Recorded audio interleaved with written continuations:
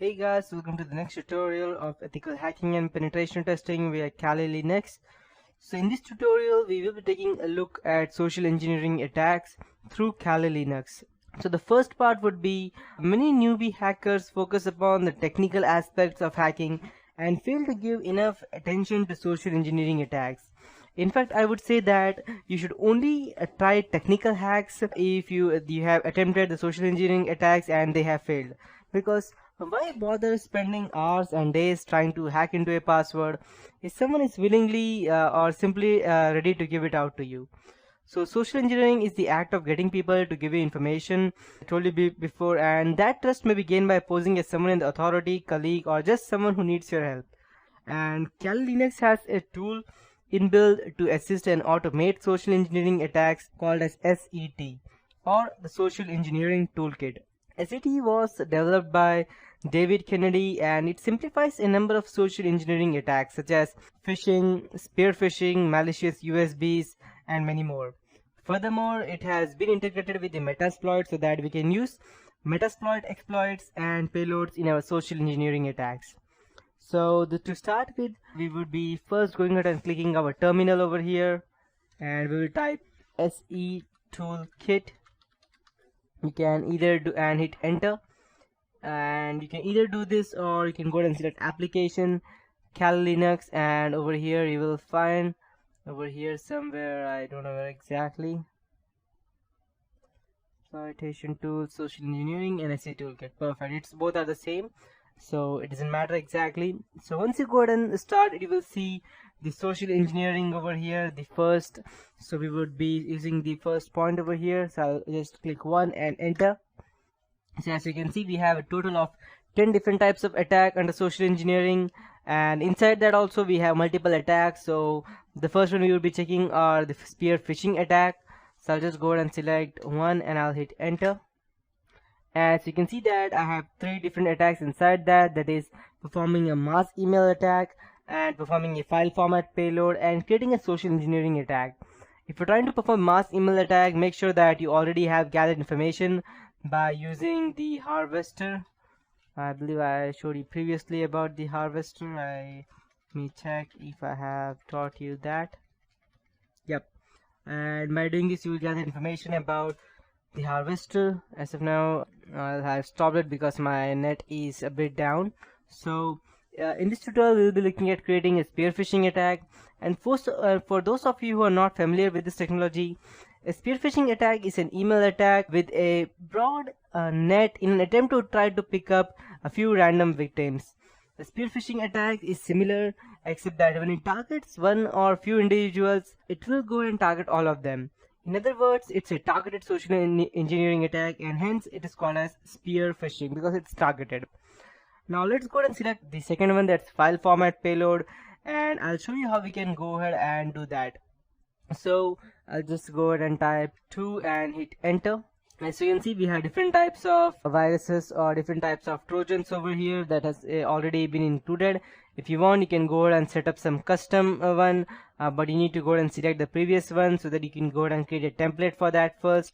So what you'll be selecting over here would be the Microsoft Word RTF P fragment stack buffer overflow. So this will create a Word document that will overflow a buffer and enable to put us a listener of rootkit on the victim's machine. So we'll just press 5 and I'll hit enter. So what this would do is that the default is the PDF with embedded exe, and we are not going to use the PDF because normally Google scans all the PDF, that's why. So we'll be using the Microsoft Word RTFP fragment. So just hit 5 and enter. And here we have different types of payloads that we want to use. Note that we have decided what type of file we want to use in our attack. Our next step is to decide what type of listener or rootkit or payload that we want to use.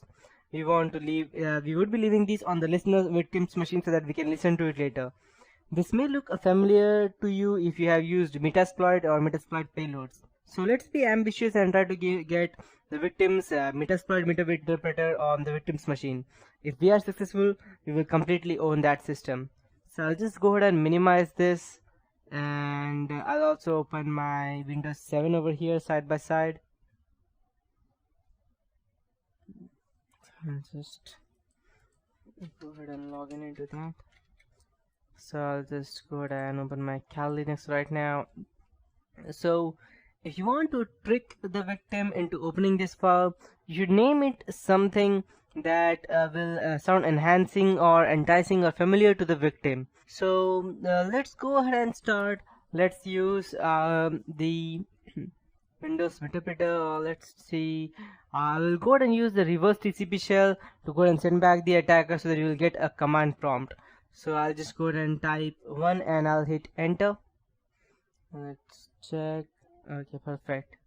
And we need to go ahead and set the IP address for the listener. So we would be using my IP address. I'll type ifconfig, and this would be my IP address, that is 192.168.236.130.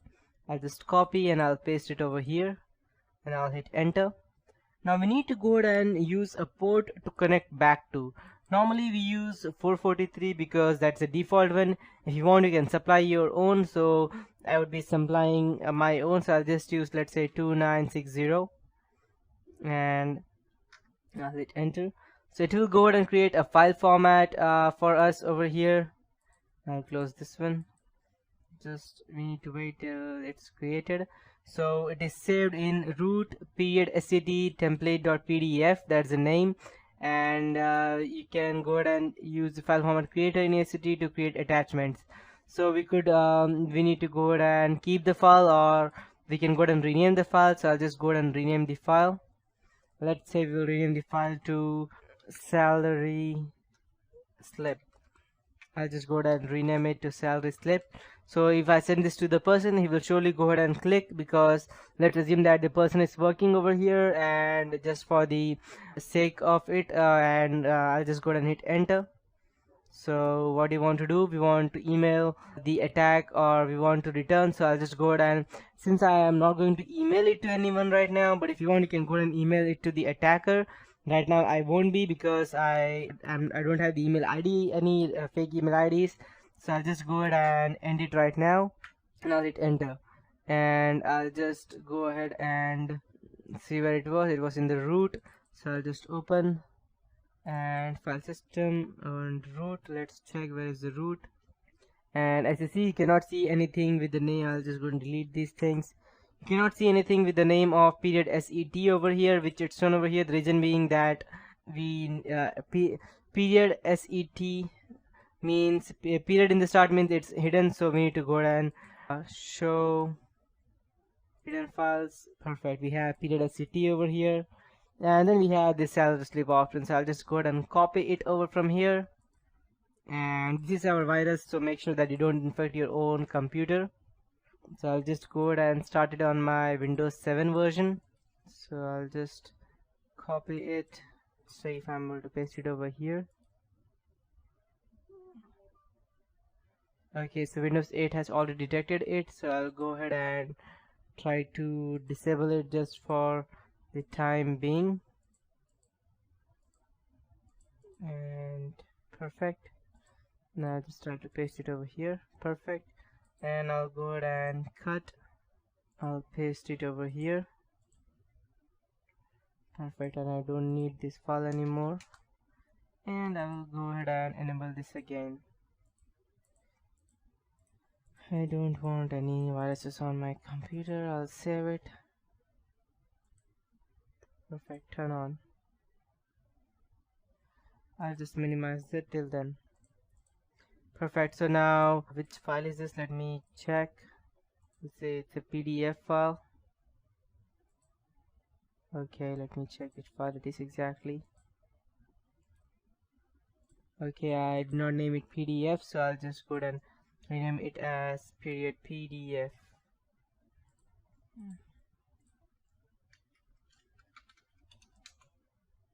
Perfect. And I believe I don't have the Adobe Reader installed. So what would happen is that in case I had Adobe Reader installed over here, I could have easily gone ahead and run this file. And once I went ahead and ran this file, I would straight away go ahead and get a connection back over here, and I would be able to run it. So this is how we can go ahead and gather information. If you're not yet understood what exactly it is that we can go ahead and we want to trick the victim into opening this file, we should name it something that will sound familiar to the victim. And now this will depending upon the victim. And so since I told you that that I named the salary slip, so we will be impersonating the boss of our employee. And what we will be doing is that we will normally go ahead and send this through email, because the person who is over there, normally it is sent via email and not through WhatsApp or Facebook or something. So SET then will go ahead and create this file, and I'll name it something as dear XYZ, please find the attached salary slip for your incoming for your last month, and I'll name it something like that. Of course your email will differ depending upon whom you're trying to send it, but try to make it sound enticing and legitimate, or they are not likely to open the attached malicious file and our attack will fail. So this is just an example as to how we can go ahead and do that, and that would be it for this tutorial. And in the later tutorial I'll be teaching you how we can go ahead and actually, once the person runs this file, how we can actually go ahead and gather much detailed information about that. So that would be it for this tutorial. Let's take a look at next tutorial. Hey guys, welcome to the next tutorial of ethical hacking and penetration testing via Kali Linux. So in this tutorial I'll be teaching you about the credential harvester method of social engineering. So I'll just go ahead and start the SE toolkit and I'll hit enter. And once you go and see, you can see over here the social engineering attacks. Just type 1 and hit enter, and then we have different attacks over here: website attack vendors, infectious media generator, creating a payload and listener, which is one of my favorite, and the mass mailer attack, Arduino based attack vector. So I'll just explain these to you, what these are in general. Spear phishing attack is targeting someone in specific, and that's what I taught you in the previous tutorial. In the second one we have a website attack vector. So we have the Java applet attack method. In this method we normally go ahead and send a pop-up on the victim's computer at his IP address stating that he needs to go ahead and run this Java, and which is disabled. In order for him to go ahead and actually run this, he needs to go ahead and update this, and he will get some kind of Java error. Let me check if I have my internet up. I'll just go ahead and show it out to you. I believe it's still down. Yep, it is down, I believe. Okay, never mind. So but normally you know what a Java pop-up looks like. It will ask you whether you want to run it or not. So okay, fine, never mind. So once you go ahead and run that, it will ask you to go ahead and run that, and once you go ahead and run that, the payload will already be executed in your system, and it will remain till your browser is open. So what the attacker needs to do is he needs to go ahead and quickly migrate it to any other specific task, so that if the browser is closed, the attack will still continue on. We have the Metasploit browser exploit method, attacking cookies and DNS cache memories. We have the credential harvester method, which I would be teaching you in this tutorial. The tab nabbing, webjacking, and multi-attack method is the best of all, because it's a combination of multiple methods. And then we have the mass mailer attack. I won't be teaching you creating a payload and listener. I'll be teaching that you in the last, because that is the best of all. And we have the mass mailer attack. In this attack, we normally go ahead and send or DDoS a specific email ID with n number of emails, and that is 2, which I'll be teaching you in the next tutorial. And that is not that big, and it is normally DDoSing a person so that he won't be able to use his email ID, and redirect him only to go ahead and use one specific email that you want him to see, and then you will be able to attack him.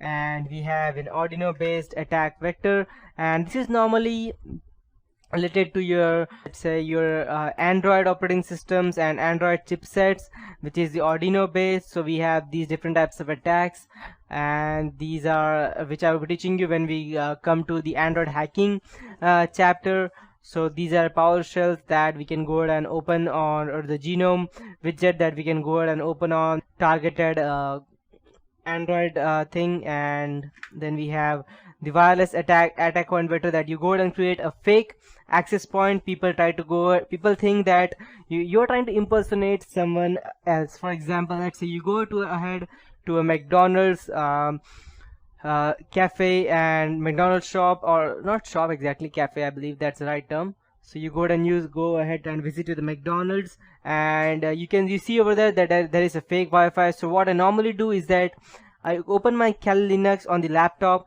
I see that there is an open public Wi-Fi hotspot that anyone can go ahead and access. So what I would do is that I will go ahead and block that hotspot so that no one is able to access that. Only I will be able to access that.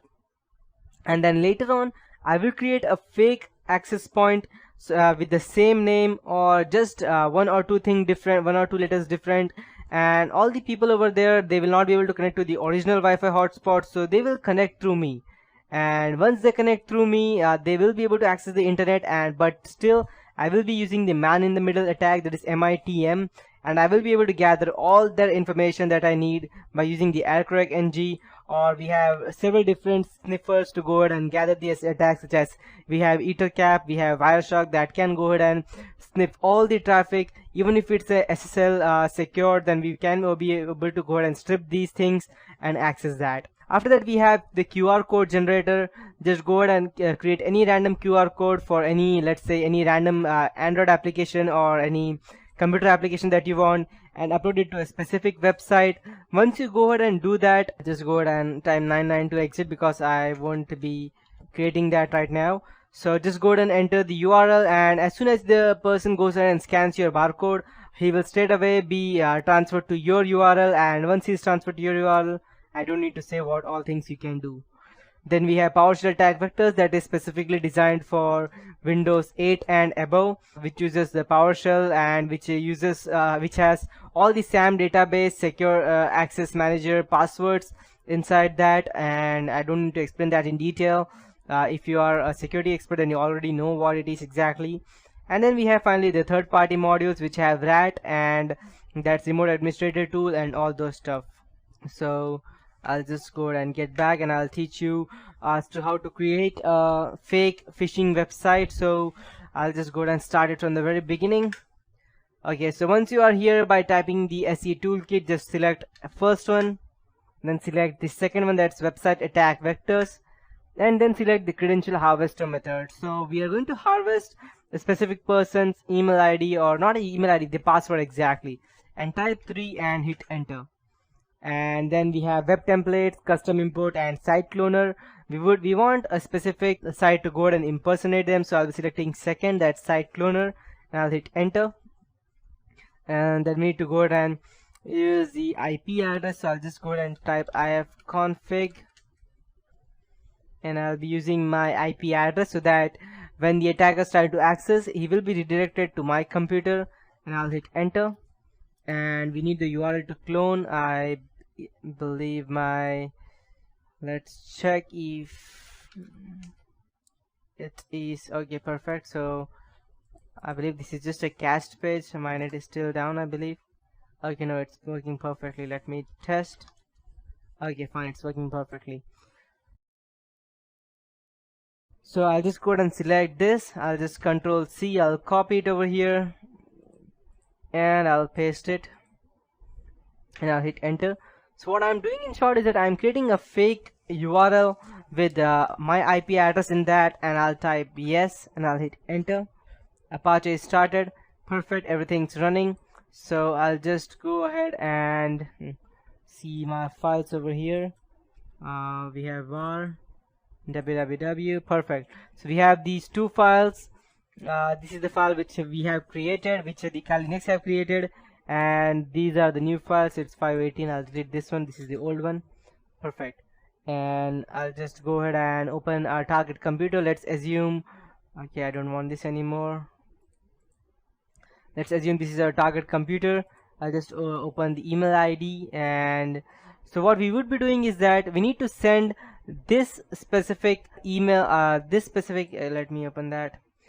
We need to send this specific IP address to our person whom we want to attack. So what I would normally do is I'll just go ahead and open GEDIT. Let's check if I have installed that. Perfect.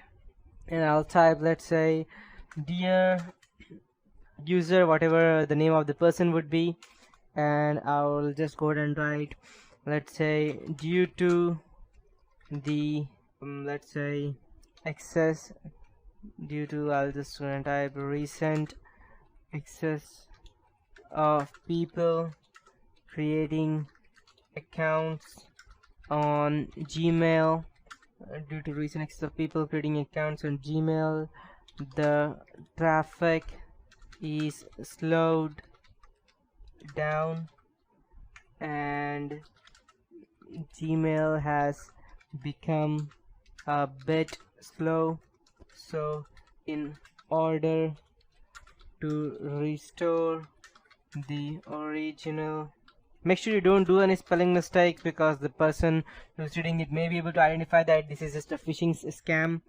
So in order to restore the original feed, we need you to access your Gmail through our secure server, else any unused email accounts will be deactivated in next 24 to 48 hours. Sincerely, Gmail desktop support, and happy emailing. That's how they write, I believe. And some random XYZ number plus 32 and some random number. Perfect.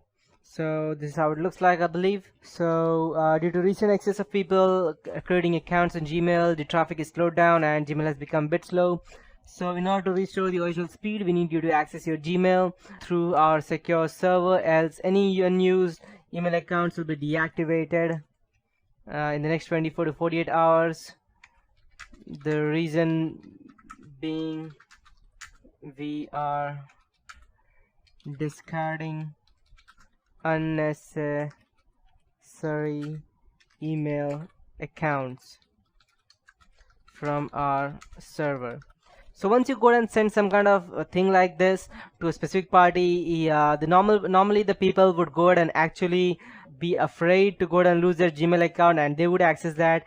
And finally, you need to go ahead and type the address. So our address was, I believe, 192.168 and 30.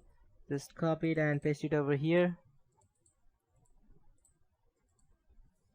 Perfect. Now I'll just go and send this to our person, whoever we want to attack. And once we send it, hopefully the person will click on this link. So as soon as he clicks on this link, a new page will be opened of something like this. Just let me check if that's working. Perfect. So he will not even come to know that this is a fake account, because this does not look like fake, and he will assume this being a Gmail server. So what he would do, he would straight away go ahead and try to access his account. So let me just use a random ID. So I'll just type random dumb person at gmail.com, and this is not a real account. I'm just creating a random one using a random ID, and I'll type live, let's say pcd@1234, and I'll hit enter. Yes, I want to remember the passwords. So nothing happened. If I had an actual one, then I would have actually been redirected to the original web page. As you can see, I am back to the original web page over here. So the user will not even think about, let's say, that this is a fake account. And I'll just close this one. And yeah, what you could see over here, that as soon as he enters even one time, I will already have his username and password over here in the harvester txt file. So I'll click open here over here, and you can see we have the password over here, random dumb person. And let's say if he tries to access that once more, and if he tries to access his another email, I'll just run. Okay, and let's say if I go ahead and create another dumb person 2 at gmail.com, and I'll use xyz@123, and I'll hit enter. Now again, this is a fake fake email ID. So as you can see, if I go ahead and close this, I'll just go ahead and open this again. You can see over here that I have the another one as well, dumbperson2@gmail.com, xyz@123. So as many times as he goes out and enters this thing here, we will have all the username and password that we need. So that's it for this tutorial. That's how we can go and create phishing websites, and we can send this to our people. And in this tutorial I'll be teaching you more about social engineering techniques. And yeah, that's it for this tutorial, guys.